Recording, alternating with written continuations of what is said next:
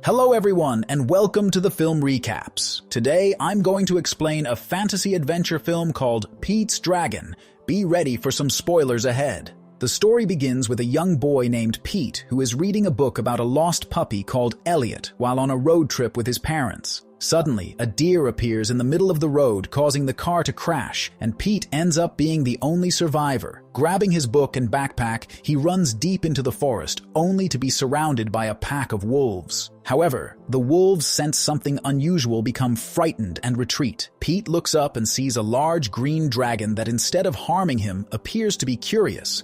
The dragon takes him deep into the forest. 6 years later, Pete is living in the forest with Elliot the green dragon when a bear suddenly attacks him, but the moment it sees Elliot, it runs away in fear. They play hide and seek, during which Elliot reveals his ability to turn invisible. Meanwhile, in the small town of Millhaven, an old man named Meacham tells a story about how he once encountered a dragon in the forest. Nobody believes him, as he's the only person who has ever claimed to see such a creature.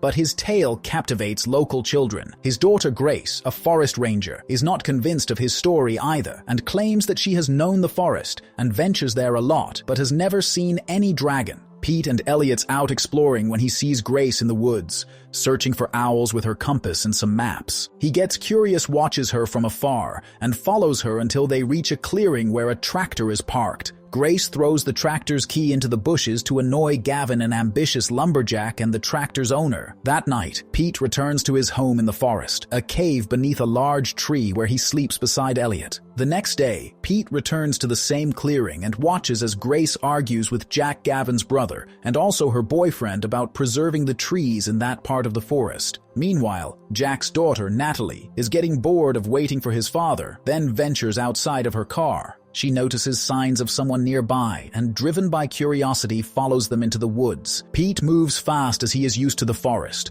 quickly climbing a tree to get away from Natalie. Natalie tries to follow him up the tree but slips and falls. Her scream alerts Jack and the other woodsmen, who rush into the forest and finally discover Pete. Grace notices that Pete wears the same compass she lost in the forest yesterday. Pete tries to run away, but Gavin accidentally knocks him unconscious. Elliot, sensing Pete's absence, howls loudly to get his attention, but there is no response. Hearing the howl, Gavin grows curious and decides to go hunting. Pete is taken to a hospital and hallucinates going camping with his late mother. The doctors report to Grace that Pete's vital signs are stable. Natalie wanders into Pete's hospital room and realizes he isn't there because Pete has escaped through the window. Despite the police search, he manages to outrun them, jumping on top of a school bus until he is cornered by a high fence. Grace catches him and tries to calm him down, but he panics and howls loudly. She convinces the sheriff not to return Pete to the hospital, but to take him instead to Jack and Natalie's home. When they arrive, Pete tries to run into the woods again, but Grace stops him. Pete tells her about Elliot, but when Grace asks for more details, Jack interrupts and brings them inside. Inside the house, Pete is fascinated by the technology and all the gadgets, and Natalie patiently explains everything to him. Meanwhile, Gavin and his men venture deep into the forest and find Pete and Elliot's treehouse. Unaware that Elliot has been following them invisibly, Gavin grabs Pete's book from the cave. This angers Elliot, who reveals himself to scare the men away. Gavin tries to shoot Elliot, but the dragon easily crushes the gun. The men quickly flee with Elliot secretly following them, hoping to find Pete. Pete finds Natalie's storybook about Elliot, which is an exact copy of his. Then Grace asks if Elliot is a dog. Pete shakes his head, but suddenly, Jack informs Grace that the sheriff who has been investigating old missing persons cases wants to speak with her. The sheriff concludes that Pete's family was in a car crash 6 years ago, and the boy went missing. Social services plan to take custody of Pete the following morning. Gavin returns from the forest and knocks on Jack's door. Jack doesn't believe Gavin actually saw a dragon and refuses to follow him into the woods so late, so Gavin leaves. Meanwhile, Pete is drawing a picture of Elliot using Natalie's crayons. Grace speaks to him in private and becomes intrigued when he shows her his drawing. Pete believes Elliot will like Grace and is excited to introduce them the next morning. After some time, Elliot quietly lands near Jack's house. He looks through the window and sees them sitting together, with the children listening attentively. As Jack reads a story about Elliot, the green dragon is disappointed and returns back to the woods. Later, Grace enters her father's study and finds drawings of the same dragon Meacham once described. Though still skeptical, she begins to open herself to the possibility. The next day, Grace drives Pete and Natalie into the woods, stopping briefly to pick up Meacham, believing he would also want to meet Elliot. They arrive at the forest and Pete leads them toward his cave.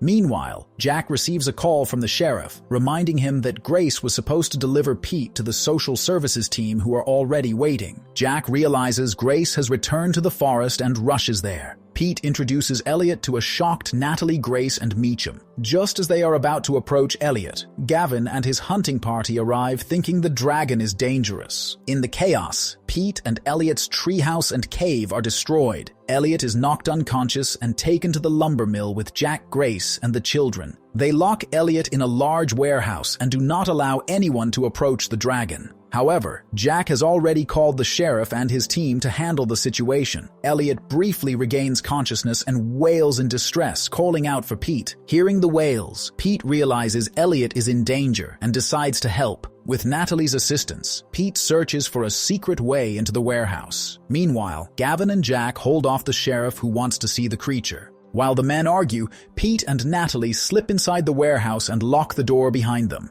They manage to break Elliot's chains, but the dragon is still too dizzy to fly. The men successfully break into the warehouse only to see nothing. However, Grace knows what is going on. She lingers behind, and just before leaving catches a glimpse of Pete and Natalie peeking from inside the trailer. She tells Jack that the dragon is still there and has used its power to become invisible. The kids are about to start the trailer and drive Elliot back into the woods when Meacham steps in and offers to help them drive the trailer. They leave the warehouse, leaving everyone puzzled and scrambling to chase them. Along the road, they all continue the relentless pursuit of the trailer. Gavin nearly catches up, but Meacham refuses to stop. He blocks the road at a bridge to force them to stop, but when the trailer's brakes fail, Meacham crashes into Gavin's truck after the men flee the scene. At the far end of the bridge, Elliot gathers the strength to climb onto the bridge and breathes fire to scare off the people chasing him. Unfortunately, Jack and Grace are still inside their car on the bridge. The bridge begins to crack and collapse in sections.